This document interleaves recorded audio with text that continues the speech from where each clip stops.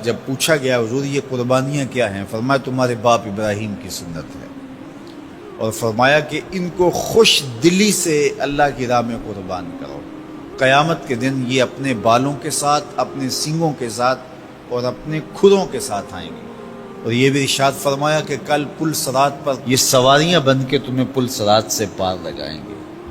اور جب قربانی کے لیے کوئی شخص جانور خوش دلی کے ساتھ رضائے الہی کے حصول کے لیے ذبح کرتا ہے تو اس جانور کا خون زمین پر گرنے سے قبل یہ عمل قبول کر لیا جاتا ہے۔ اور یہ بات بھی ذہن میں رکھیے گا کہ ایام نہر یہ 3 دن جو خون بہانے کے ہیں، 10، 11 اور 12 تاریخ، ان ایام میں آپ جو بھی عمل کریں، نماز پڑھیں اور دیگر صالح اعمال کریں، بہت قابل قبول ہیں اور اللہ ان کو قدر کی نگاہ سے دیکھتا ہے۔ لیکن ان ایام میں جو سب سے زیادہ اللہ کو محبوب عمل ہے وہ راہ خدا میں خون بہانا ہے، قربانی پیش کرنا ہے۔ تو قربانی کا کوئی اور متبادل نہیں ہو سکتا۔ کچھ لوگ یہ فلسفہ ان دنوں کے اندر بیان کرتے ہیں کہ 20-50 ہزار کی قربانی کرنے کی بجائے اتنے اگر کسی غریب کو دے دیے جائیں تو اس کے 2-3 مہینے خیریت سے گزر جاتے ہیں، اور وہ گھر کے اندر جو ہے وہ ضرورت کی چیزیں ڈال لے تو گوشت تو 2-4 دن کے اندر کھایا پیا جاتا ہے، ختم ہو جاتا ہے۔ لیکن اگر اتنے پیسے کسی غریب کے گھر دے دیے جائے تو یہ اچھی بات ہے۔ تو اسلام کب اس عمل سے روکتا ہے؟ غریب کی مدد کیجیے، صرف عید کے دن ہی نہیں، مینڈے کی جگہ ہی نہیں، بلکہ اسلام تو راہ خدا میں جانور ذبح کر کے اسی جذبے کو بیدار کرنا چاہتا ہے کہ تمہیں گوشت کی ضرورت بھی نہیں تھی، پھر بھی تم نے ذبح کر دیا، تو جہاں ضرورت ہوگی اور تمہاری ہمسائیگی میں، تمہارے اطراف میں جب کوئی غریب ہوگا تو پھر تم اس کے لیے ذبح کیوں نہیں کرو گے؟ اس کے لیے تم قربانی کیوں نہیں کرو گے؟ اِیثار کیوں نہیں کرو گے؟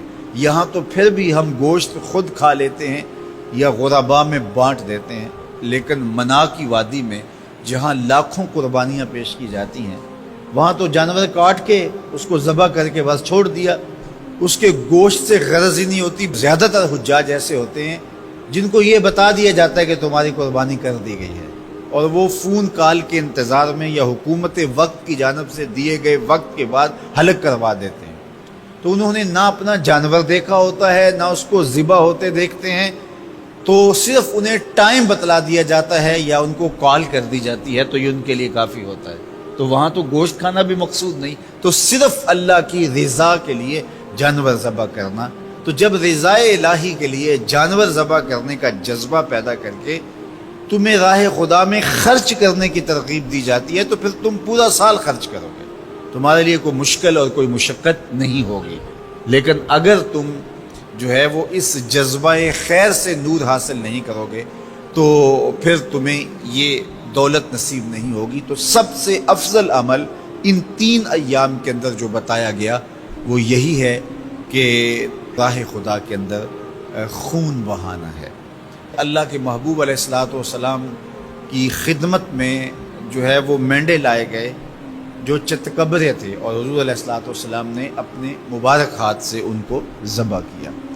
تو عید قرباں یہ ایثار کی عید ہے، یہ قربانی کی عید ہے، اور اسلام ہمیں قربانی سکھاتا ہے۔ اسلام لمحہ لمحہ قربانی ہے، ایک ایک ساعت اسلام قربانی کا نام ہے، اور ہمیں درس زندگی یہی دیا جاتا ہے کہ ہم قربانی سے اپنی زندگی کو عبادت کریں۔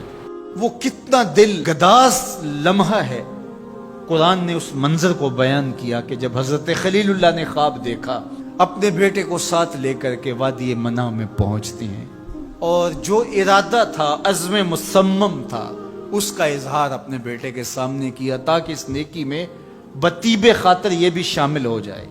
قرآن نے اس کو بیان کیا ہے۔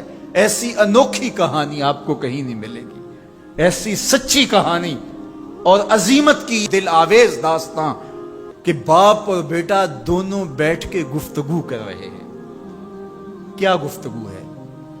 باپ کہہ رہا ہے کہ یا بنیا، اے میرے بیٹے، جو اہل زبان ہیں وہ اس کی نزاکت کو اور اس کی لطافت کو سمجھتے ہیں کہ یا بنی نہیں کہا گیا، میرے بیٹے نہیں، یا بنیا، جس طرح ماں لاڈ سے اپنی بیٹی کو بیٹی نہیں کہتی، میری بچڑی کہتی ہے، تو جب وہ بچڑی کہتی ہے تو اس کے اندر گوند گوند کے محبت رکھی ہوئی ہوتی ہے۔ تو یہاں ذرا لفظ دیکھیے، یا بنیا، اے میرے بیٹے۔ اللہ اکبر۔ اردو کے دامن میں کوئی اتنی وسعت نہیں ہے کہ ان لفظوں کی تعبیر ہو سکے جو شہد ان لفظوں سے ٹپک رہا ہے جو حضرت خلیل اللہ نے اپنے بیٹے کے لیے لفظ استعمال کیے۔ یا بنیا، اے میرے دل بند، اے میرے جگر کے ٹکڑے، اے میرے فرزند نونہال، میں نے خواب دیکھا ہے، اس خواب میں تجھے ذبح کر رہا ہوں۔ یہ خواب آپ یا میں دیکھیں تو ہم تو اپنی بیوی سے بھی اس کو شیئر نہیں کر سکتے، ہمارے رونگٹے کھڑے ہو جاتے ہیں، لیکن بیٹے سے کہہ رہا ہے، اور یہ محض خواب کسی تفنن طبع کے لیے نہیں ہے یا محض کوئی بات سمجھانے کے لیے نہیں ہے، اس کی تعبیر کی طرف بچے کو لانے کے لیے سنایا جا رہا ہے۔ کہا بیٹا میں نے ایک خواب دیکھا ہے۔ خواب کیا ہے؟ کہ میں تجھے ذبح کر رہا ہوں، اب تو بتا تیری رائے کیا ہے؟ اللہ اکبر۔ اب باپ بیٹے سے کہے کہ میں تجھے ذبح کرنا چاہتا ہوں تو بیٹے کا رد عمل کیا ہوگا؟ کوئی بھی تصور اپنے بیٹے کو کر کے سوچے کیا رد عمل ہوگا؟ اس کی آنکھیں پھٹی کی پھٹی رہ جائیں گی، وہ باپ کے ہوش و حواس پہ شک کرنے لگ جائے گا، کہے گا کیا بول رہے ہو، ہوش ٹھکانے ہیں؟ باپ ہو، سفاک ہو، کیا لہجہ ہے تمہارا، مجھے ذبح کرو گے؟ لیکن یہ فیضان نظر تھا یا کہ مکتب کی کرامت تھی؟ سکھائے کس نے اسماعیل کو آداب فرزندی؟ اقبال پوچھتے ہیں کیا تھا جس نے اسماعیل علیہ السلام کو آداب فرزندی سکھائے؟ وہ مکتب کی کرامت بھی تھی اور وہ فیضان نظر بھی تھا۔ فیضان نظر باپ کا تھا اور پہلا مکتب ماں تھی۔ سیدہ ہاجرہ نے سکھایا تھا باپ کی بات کیسے مانی جاتی۔ جو مائیں بیٹوں کو، بیٹیوں کو باپ کی اطاعت سکھاتی ہیں، وہ مائیں اپنی اولاد کو فرما بردار پاتی ہیں۔ ماں کے ہاتھ میں اولاد کی تربیت کا جوہر ہوتا ہے۔ یہ سیدہ ہاجرہ کی تربیت بول رہی ہے جب باپ نے کہا بیٹے میں تجھ کو ذبح کرنا چاہ رہا ہوں، کتنی بڑی بات ہے، آنکھیں پھٹی کی پھٹی رہ جاتی۔ یہاں بیٹا کوئی جواب نہ دیتا، اس سکتے کے عالم میں گردن جھکا دیتا۔ مکمل اطاعت کہلاتی، انقیاد امر کہلاتا، امتثال حکم کہلاتا۔ باپ کہتا میں تجھے ذبح کرنا چاہتا ہوں، بیٹا خاموش ہو جاتا۔ السکوت من الرضا، لمحے حساس ہوں تو خاموشی بھی رضا مان لی گئی تو بیٹا صرف خاموش ہو جاتا، سر جھکا لیتا، یہ کافی تھا۔ انقیاد امر تھا، حکم کی تعمیل تھی، امتثال امر تھا۔ لیکن بیٹا کیا کہتا ہے؟ یا ابت افعل ما تؤمر، ابا جی جو کرنا ہے کر گزریے۔ باپ نے جو پوچھا تھا وہ ذبح کے حوالے سے پوچھا تھا، تو ذبح کا جواب ذبح سے مکمل امتثال امر ہے۔ لیکن بیٹا دو قدم آگے بڑھ کے کہتا ہے یا ابت، اے میرے پیارے باپ۔ اب اس میں بھی بیٹے کا لہجہ تبدیل نہیں ہوتا۔ جب باپ ذبح کرنے کا کہہ رہا ہو اس وقت میرے ابو کہنا یہ امتثال امر کی انتہا ہے۔ اور آگے کیا کہا؟ افعل، کر گزریے۔ یہاں یہ نہیں کہا ذبح کیجئے، باپ نے کہا ذبح کرنا چاہتا ہوں، لیکن ذبح کے جواب میں ذبح نہیں آیا۔ ذرا دل تھام کے بیٹھیے، کتنا امتثال امر اور مکتب کی کرامت کا کیسے ظہور ہوتا ہے۔ یا ابا تفعل ما تؤمر، اے ابو ذبح کیا، جو بھی کرنا ہے کر گزریے۔ ماں میں عموم ہے، عموم، ما تؤمر، جو بھی حکم ہے، ذبح کیا ہے، جو بھی کرنا ہے کر گزریے۔ رہی بات میری تو یہ کام چھوٹا تو نہیں، ستاجے تو نہیں، انشاءاللہ من الصابرین۔ آپ دیکھیں گے میں صبر کر کے دکھاؤں گا، میں صبر کر کے دکھاؤں گا، تڑپوں گا بھی نہیں۔ اب یہ منظر قرآن نے بیان کیا، فلما اسلما، جب دونوں نے طے کر لیا۔ کیا طے ہوا؟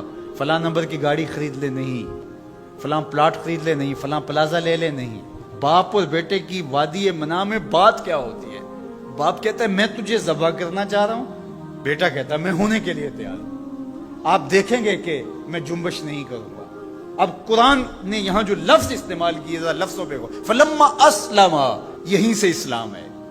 اسلام یہ ہے یار کے آگے سر تسلیم خم کر دینا. من مانی کا نام اسلام نہیں ہے، اللہ رسول کی اطاعت کا نام ہے.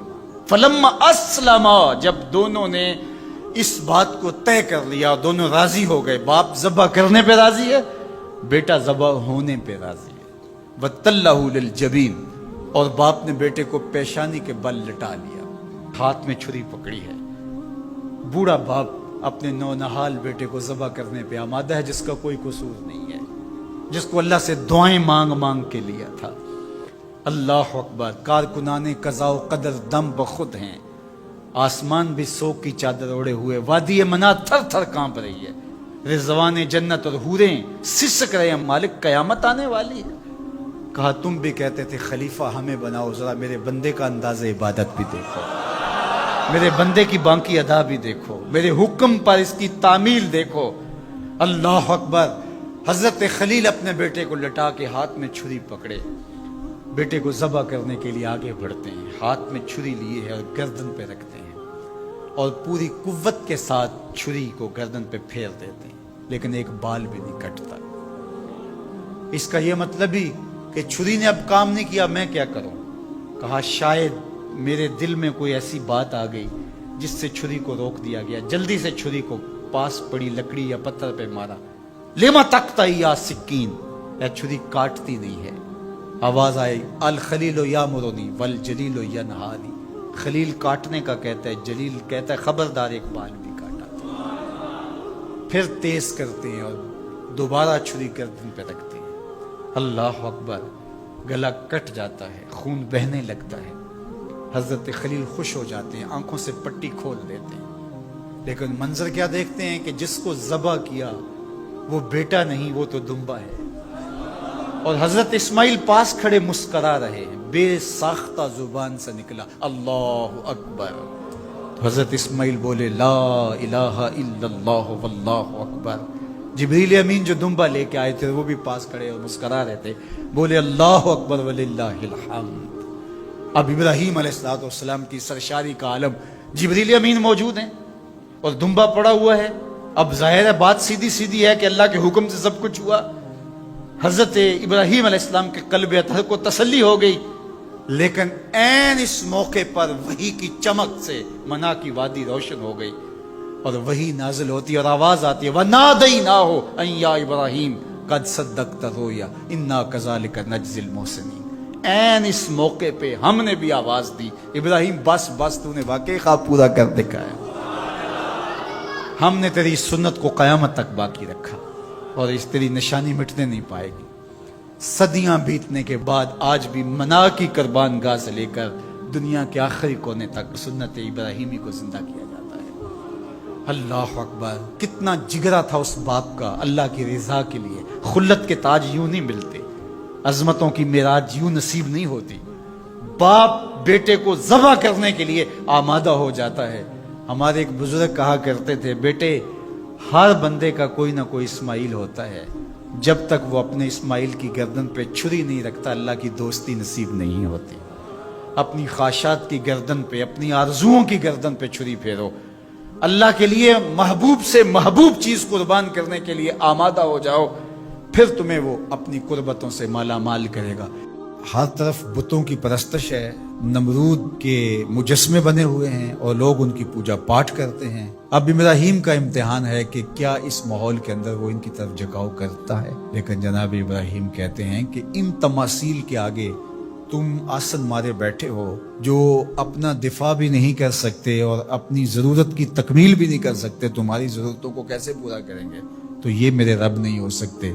شمس و قمر کو، چاند کو، سورج کو، ستاروں کو پوجتے ہو، اچھا یہ چاند یہ ستارے رب ہے.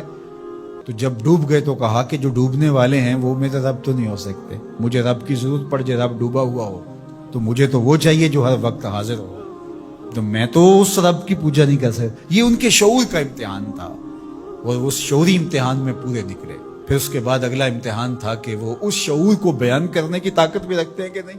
پھر بت کدا ٹوٹتا ہے، نمرود کا دربار سجتا ہے اور وہاں جو خطبہ حضرت ابراہیم نے دیا زمانے نے سنا. جب کلہاڑا اس بڑے بت کے کندھے پہ رکھ دیا اور باقی سارے بتوں کا تیا پانچا کر کے رکھ دیا، جب وہ میلے سے واپس آئے تو ابراہیم بڑی بے نیازی سے بولتے ان کے بڑے نے کیا ہوگا، دیکھو اسلحہ تو اسی کے کندھے پر ہے۔ تو وہ کہنے لگے ابراہیم تو جانتا ہے یہ بولتے نہیں ہیں، اور حضرت ابراہیم یہی تو لانا چاہتے تھے۔ پھر جو خطبہ دیا، اف لکم ولما تعبدون من دون اللہ افلا تعقلون، افسوس ہے تمہارے اوپر اور افسوس ہے ان پر جن کو تم اللہ کے علاوہ پوجتے ہو، افلا تعقلون، تمہاری کھوپڑی میں دماغ نہیں ہے۔ اور پھر اللہ کی توحید کا بیان فرمایا۔ پھر اس کے بعد جان کا امتحان آیا، تو پھر جلتے ہوئے شعلوں کے اندر جس طرح ہنس کے داخل ہوا پیغمبر، یہ الگ اور نرالی شان تھی۔ نمرود نے سوچا تھا جل کے راکھ ہو گیا ہوگا چخا میں، لیکن 40 دن کے بعد جب آگ بجھتی ہے تو حضرت ابراہیم انگاروں سے چلتے ہوئے یوں باہر آتے ہیں جس طرح پھولوں پر کوئی نازنین چل کے آ رہا۔ پھر 87 سال عمر ہے، اللہ تعالیٰ پھر حضرت ہاجرہ کے بطن سے حضرت اسماعیل کی صورت میں اولاد عطا کرتا ہے۔ اب اتنی بڑھاپے کی عمر میں اولاد نصیب ہو تو انسان کا جی چاہتا ہے سارے کام کاج چھوڑ کے گھر بیٹھ جاؤں اور میں اپنی اولاد کے چہرے کی بلائیں لوں، لیکن حکم ہوتا ہے اپنی زوجہ کو بھی اور اپنے نو مولود بیٹے کو بھی ایسی وادی میں چھوڑاؤ جہاں کوئی سبزہ بھی نہیں ہوگا۔ اللہ اکبر۔ پھر اسماعیل علیہ السلام کی ایڑیوں کے رگڑنے سے زمزم جاری ہوتا ہے۔ اب ذرا دیکھیے، ایک ایسا امتحان آتا ہے اگر کو ہمالیہ پہ بھی ڈال دیا جاتا اس کا پتا بھی پانی ہو جاتا۔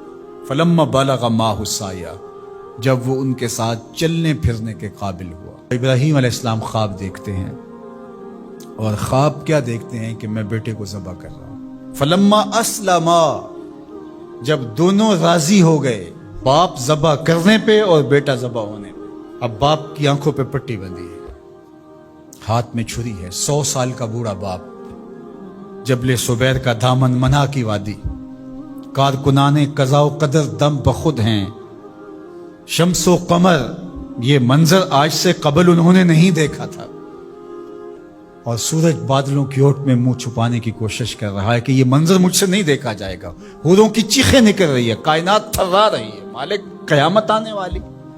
اور مالک بھی فرشتوں سے کہہ رہا تھا کہ تم کہتے تھے نا کہ سجدے ہم کریں گے، تسبیحات ہم کریں گے، انسان تو دیگا مشتیاں کرے گا، ذرا میرے بندے کی اس ادا کو بھی دیکھو، میرے حکم کی تعمیل پر میرے بندے کی اس انوکھی ادا کو بھی دیکھو۔ چھری کی نوک حلق کے اوپر رکھ کے پورا وزن ڈال دیا، گلا کٹ گیا، خون بہنے لگا۔ ابراہیم علیہ السلام ایک عجیب کیفیت میں، کیا کیفیت ہو سکتی ہے، میرے پاس تو لفظ نہیں ہے۔ اللہ اکبر۔ جلدی سے جو ہے وہ آنکھوں سے پٹی کھولتے ہیں تو دیکھتے ہیں کہ منظر بدلا ہوا ہے، بیٹا سمجھ کے جس کو ذبح کیا وہ تو دمبا تھا، اور اسماعیل علیہ السلام پاس کھڑے مسکرا رہے ہیں، اور پاس حضرت جبریل امین بھی کھڑے ہیں۔ یہ اس بات کا عملی ثبوت ہے یہ وہ دمبا لے کے آئے۔ تو بے ساختہ جناب ابراہیم علیہ السلام کی زبان پر جو لفظ آیا وہ یہ تھا، اللہ اکبر، اللہ اکبر۔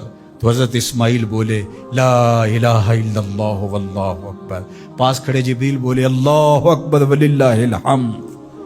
اللہ نے کہا اے ابراہیم تمہاری قربانی کی سنت کو بھی قیامت تک جاری رکھیں گے، تمہاری زبانوں سے نکلے ہوئے جملے بھی مرنے نہیں دیں گے۔ وَنَادَيْنَاهُ أَن يَا إِبْرَاهِيمُ قَدْ صَدَّقْتَ الرُّؤْيَا إِنَّا كَذَلِكَ نَجْزِي الْمُحْسِنِينَ، اس حال میں ہم نے ندا دی ابراہیم تو نے واقعی خواب پورا کر دکھایا۔ إِنَّ هَذَا لَهُوَ الْبَلَاءُ الْمُبِينُ، اللہ فرماتا ہے یہ بہت بڑا امتحان تھا، یہ چھوٹا امتحان نہیں تھا۔ اور پھر میرا رب ہو کے کیا کہتا ہے، سلام علی ابراہیم، اے ابراہیم تیرے اوپر سلامتیاں نازل ہو۔ اللہ اکبر۔ پرسوں بھی میں کسی منڈی کے قریب سے گزرا، کہتے ہیں اس علاقے کی سب سے بڑی منڈی، تو ہزاروں جانور، ہجوم محبت، اور سڑکوں پر، گلیوں میں، بازاروں میں کوئی یہاں گائے لے کے جا رہا ہے، کوئی بیل، کوئی اونٹ اٹھا کے لے کے جا رہا ہے، تو بے ساختہ میری زبان سے یہی نکلتا ہے سلام علی ابراہیم، ابراہیم تیرے اوپر سلامتیاں نازل ہو۔ اللہ اکبر۔ اور اس قربان گاہ پر، جس قربان گاہ پر حضرت اسماعیل کو لے کر کے چلے تھے، منا کی وادی میں جبل سبیر کے پاس، وہاں 25 لاکھ حجاج جانور ذبح کریں گے، تو منا کی وادی اس گونج سے منور ہوگی، آواز آ رہی ہوگی سلام علی ابراہیم، ابراہیم تیرے اوپر سلامتی۔ ابراہیم علیہ السلام نے چھوٹا کام نہیں کیا، بہت بڑا کام کیا، لیکن میرے رب نے بھی پھر جو اعزاز دیا، جو تکریم دیا، عرض کی گئی یا رسول اللہ یہ قربانیاں کیا ہیں؟ فرمایا تمہارے باپ ابراہیم کی سنت ہے، قیامت تک وہ نقشہ ہماری آنکھوں کے سامنے رہے گا، اور لوگ اپنے قیمتی متاع کو اس طرح قربان کرتے رہیں گے۔ ہمارے ایک بزرگ فرمایا کرتے تھے کہ ہر بندے کا کوئی نہ کوئی اسماعیل ہوتا ہے، جب تک وہ اپنے اسماعیل کی گردن پر چھری نہیں رکھتا رب کا قرب نصیب نہیں ہوتا۔ تو اپنی عزیز ترین متاع اللہ کی راہ میں قربان کرنے کا موقع آ جائے، وہ جان ہو، وہ اولاد ہو، وہ مال ہو، وہ منصب ہو، جب حالات تقاضا کریں اور آپ کو لگے کہ میرے مالک کا مجھ سے یہ تقاضا ہے، تو راہ خدا کے اندر قربان کرنے کا جب یہ جذبہ اس لیول تک پہنچ جائے تو پھر آپ اس نور سے مالا مال ہوتے ہیں، اس فیض سے فیض یاب ہوتے ہیں۔ ہمارے لیے یہ واقعات اس لیے رکھے، ہم تو چھوٹے چھوٹے امتحانوں سے ڈر جاتے ہیں، ہمیں بڑے امتحان بھی دینے پڑے تو ہمارے بڑوں کی سیرت یہ ہے کہ ہم کشادہ دلی کے ساتھ، خوش دلی کے ساتھ ان امتحانوں سے گزریں، پھر ہمارے رب کی رحمتیں اور کرم نوازیاں ہمارے شامل ہوتا ہے۔ تو اس جانور کا خون زمین پر گرنے سے قبل یہ عمل قبول کر لیا جاتا ہے۔ اور یہ بات بھی ذہن میں رکھیے گا کہ ایام نہر یہ 3 دن جو خون بہانے کے ہیں، 10، 11 اور 12 تاریخ، ان ایام میں آپ جو بھی عمل کریں، نماز پڑھیں اور دیگر صالح اعمال کریں، بہت قابل قبول ہیں اور اللہ ان کو قدر کی نگاہ سے دیکھتا ہے۔ لیکن ان ایام میں جو سب سے زیادہ اللہ کو محبوب عمل ہے وہ راہ خدا میں خون بہانا ہے، قربانی پیش کرنا ہے۔ تو قربانی کا کوئی اور متبادل نہیں ہو سکتا۔ کچھ لوگ یہ فلسفہ ان دنوں کے اندر بیان کرتے ہیں کہ 20-50 ہزار کی قربانی کرنے کی بجائے اتنے اگر کسی غریب کو دے دیے جائیں تو اس کے 2-3 مہینے خیریت سے گزر جاتے ہیں اور وہ گھر کے اندر جو ہے وہ ضرورت کی چیزیں ڈال لیں، تو گوشت تو 2-4 دن کے اندر کھایا پیا جاتا ہے، ختم ہو جاتا ہے۔ لیکن اگر اتنے پیسے کسی غریب کے گھر دے دیے جائیں تو یہ اچھی بات ہے۔ تو اسلام کب اس عمل سے روکتا ہے؟ غریب کی مدد کیجیے، صرف عید کے دن ہی نہیں، مینڈے کی جگہ ہی نہیں، بلکہ اسلام تو راہ خدا میں جانور ذبح کر کے اسی جذبے کو بیدار کرنا چاہتا ہے کہ تمہیں گوشت کی ضرورت بھی نہیں تھی پھر بھی تم نے ذبح کر دیا، تو جہاں ضرورت ہوگی اور تمہاری ہمسائیگی میں، تمہارے اطراف میں جب کوئی غریب ہوگا تو پھر تم اس کے لیے ذبح کیوں نہیں کرو گے؟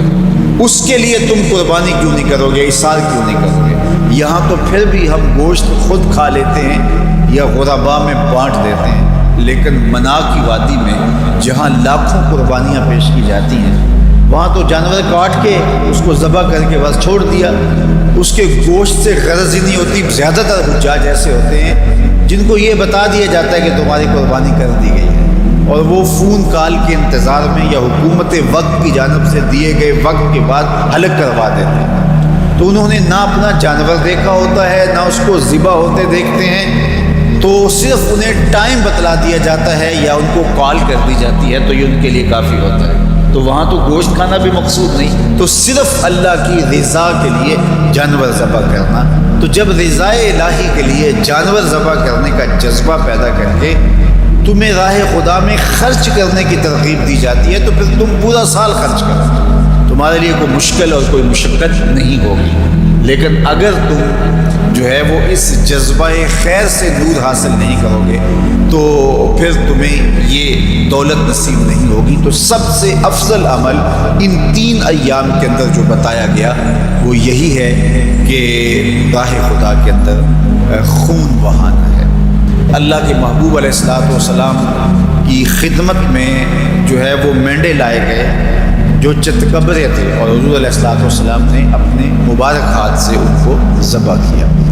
تو عید قربان یہ ایثار کی عید ہے، یہ قربانی کی عید ہے، اور اسلام ہمیں قربانی سکھاتا ہے۔ اسلام لمحہ لمحہ قربانی ہے، ایک ایک ساعت اسلام قربانی کا نام ہے، اور ہمیں درس زندگی یہی دیا جاتا ہے کہ ہم قربانی سے اپنی زندگی کو عبادت کریں۔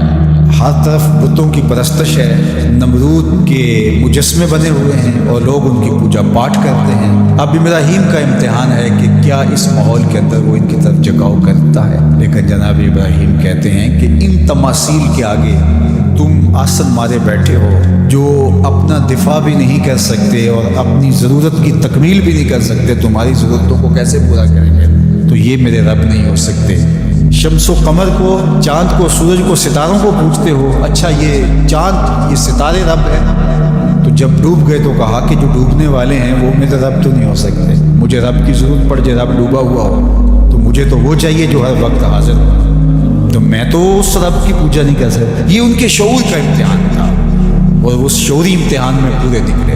پھر اس کے بعد اگلا امتحان تھا کہ وہ اس شعور کو بیان کرنے کی طاقت بھی رکھتے ہیں کہ نہیں۔ پھر بت کدا ٹوٹتا ہے، نمرود کا دربار سجتا ہے، اور وہاں جو خطبہ حضرت ابراہیم نے دیا زمانے نے سنا، جب کلہاڑا اس بڑے بت کے کندھے پہ رکھ دیا اور باقی سارے بتوں کا دیا پانچا کر کے رکھ دیا، جب وہ میلے سے واپس آئے تو ابراہیم بڑی بے نیازی سے بولتے ہیں کہ بڑے نے کیا ہوگا، دیکھو اسلحہ تو اسی کے کندھے پر ہے۔ تو وہ کہنے لگے ابراہیم تو جانتا ہے یہ بولتے نہیں، اور حضرت ابراہیم یہی تو لانا چاہتے تھے۔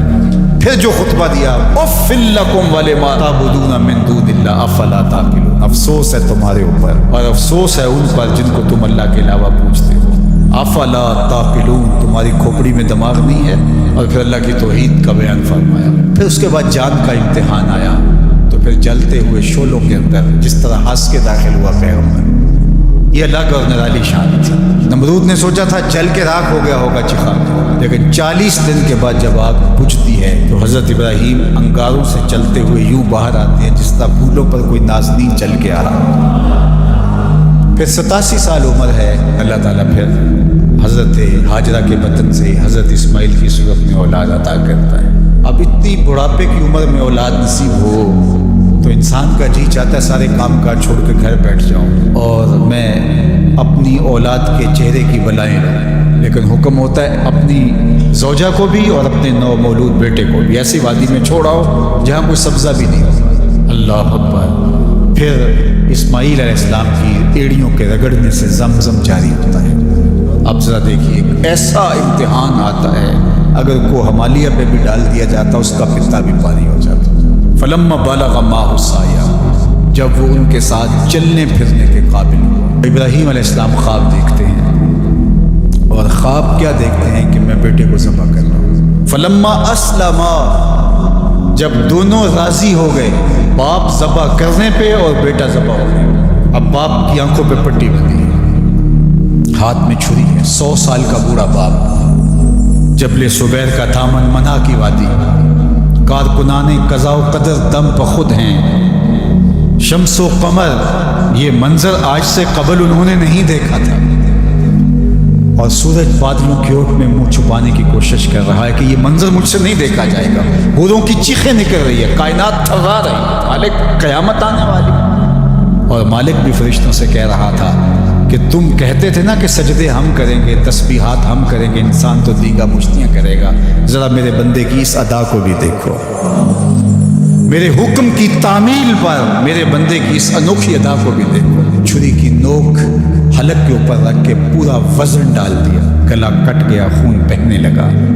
ابراہیم علیہ السلام ایک عجیب کیفیت میں، کیا کیفیت ہو سکتی ہے میرے پاس تو لفظ نہیں ہے، اللہ اکبر، جلدی سے جو ہے وہ آنکھوں سے پٹی کھولتے ہیں تو دیکھتے ہیں کہ منظر بدلا ہوا ہے، بیٹا سمجھ کے جس کو ذبح کیا وہ تو دمبا تھا، اور اسماعیل علیہ السلام پاس کھڑے مسکرا رہے ہیں، اور پاس حضرت جبریل امین بھی کھڑے ہیں، یہ اس بات کا عملی ثبوت ہے یہ وہ دمبا لے کے آئے۔ تو بے ساختہ جناب ابراہیم علیہ السلام کی زبان پر جو لفظ آیا وہ یہ تھا، اللہ اکبر، اللہ اکبر۔ تو حضرت اسماعیل بولے لا الہ الا اللہ واللہ اکبر، پاس کھڑے جبریل بولے اللہ اکبر وللہ الحمد۔ اللہ نے کہا اے ابراہیم تمہاری قربانی کی سنت کو بھی قیامت تک جاری رکھیں گے، تمہاری زبانوں سے نکلے ہوئے جملے بھی مرنے نہیں ہیں۔ وَنَادَيْنَاهُ يَا إِبْرَاهِيمُ قَدْ صَدَّقْتَ الرُّؤْيَا إِنَّا كَذَلِكَ نَجْزِي الْمُحْسِنِينَ، اس حال میں ہم نے ندا دی ابراہیم تو نے واقعی خواب پورا کر دکھایا،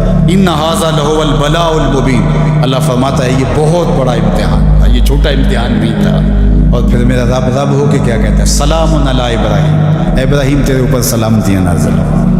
اللہ پرسوں بھی میں کسی منڈی کے قریب سے گزرا، کہتے ہیں یہ اس علاقے کی سب سے بڑی منڈی، تو ہزاروں جانور، ہجوم محبت، اور سڑکوں پر گلیوں میں بازاروں میں کوئی یہاں گائے لے کے جا رہا ہے، کوئی بیل کوئی اونٹ اٹھا کے لے کے جا رہا ہے، تو بے ساختہ میری زبان سے یہی نکلتا ہے سلام علی ابراہیم، ابراہیم تیرے اوپر سلام دیا نازل ہو۔ اللہ اکبر۔ اور اس قربان گاہ پر، جس قربان گاہ پر حضرت اسماعیل کو لے کر کے چلے تھے منا کی وادی میں جبل سبیر کے پاس، وہاں 25 لاکھ حجاج جانور ذبح کریں گے، تو منا کی وادی اس گونج سے منور ہوگی، آواز آ رہی ہوگی سلام علی ابراہیم، ابراہیم تیرے اوپر سلام۔